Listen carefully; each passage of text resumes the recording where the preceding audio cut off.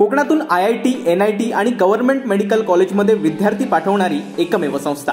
आमची वैशिष्ट्ये: 15 वर्षाचा प्रदीर्घ अनुभव, कोटा हैदराबाद येथील तज्ञ शिक्षक, कम्प्युटर सायन्स, हॉर्टिकल्चर आणि IT सारख्या विषयासह स्टेट बोर्डात हमखास यश, बाहेरगावच्या विद्यार्थ्यांसाठी हॉस्टेल आणि मेसची सुविधा, 11वी आणि 12वीच्या मोजक्याच जागा शिल्लक। चला तर मग वाट कशाची बघताय, आजच ॲडमिशन नक्की करा।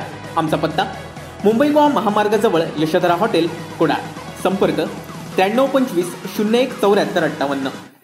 महाराष्ट्र नवनिर्माण विद्यार्थी सेनेच्या पुनर्बांधणी महासंपर्क अभियानाच्या निमित्तानं महाराष्ट्र नवनिर्माण विद्यार्थी सेनेचे अध्यक्ष तथा मनसे अध्यक्ष राज ठाकरे यांचे सुपुत्र अमित ठाकरे यांनी आज कुडाळ MIDC येथील विश्रामगृहावर कुडाळ तालुक्यातील पत्रकारांशी संवाद साधलाय। यावेळी सिंधुदुर्ग जिल्हा पत्रकार संघाचे नवनिर्वाचित अध्यक्ष उमेश तोरसकर आणि जिल्हा कार्यकारिणी सदस्य राजन नाईक यांना अमित ठाकरे यांच्या हस्ते शाल आणि पुष्पगुच्छ देऊन सन्मानित करण्यात आलंय। यावेळी मनसेच्या जिल्ह्यातील अंतर्गत वादावर निश्चित तोडगा काढला जाईल असं अमित ठाकरे यांनी सांगितलंय।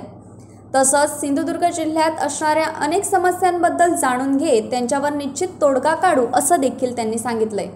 परंतु मी कोणते राजकीय भाष्य करणार नाही हे त्यांनी पूर्वी स्पष्ट केलं होतं। त्यामुळे उपस्थित पत्रकारांनी त्यांच्याकडे पर्यटन आणि हायवेच्या समस्यांबाबत तक्रारी मांडल्या आहेत। यावेळी मनविसेचे काम इकडच्या महाविद्यालयात रुजवले तर जिल्ह्यात मनसे वाढायला निश्चित चालना मिळेल असं ज्येष्ठ पत्रकार उमेश तोरसकर यांनी त्यांना सुचवलंय। अशा प्रकारे खेळीमेळीच्या वातावरणात त्यांनी पत्रकारांशी संवाद साधला आणि ते आपल्या पुढील दौऱ्यासाठी निघालेत। यावेळी माजी आमदार परशुराम उपरकर, मनसे जिल्हाध्यक्ष धीरज परब, तालुकाध्यक्ष प्रसाद गावडे, तालुका सचिव राजेश टंगसाळी, रमा नाईक आदी मनसेचे पदाधिकारी आणि कार्यकर्ते उपस्थित होते। Bureau news कोकणशाही।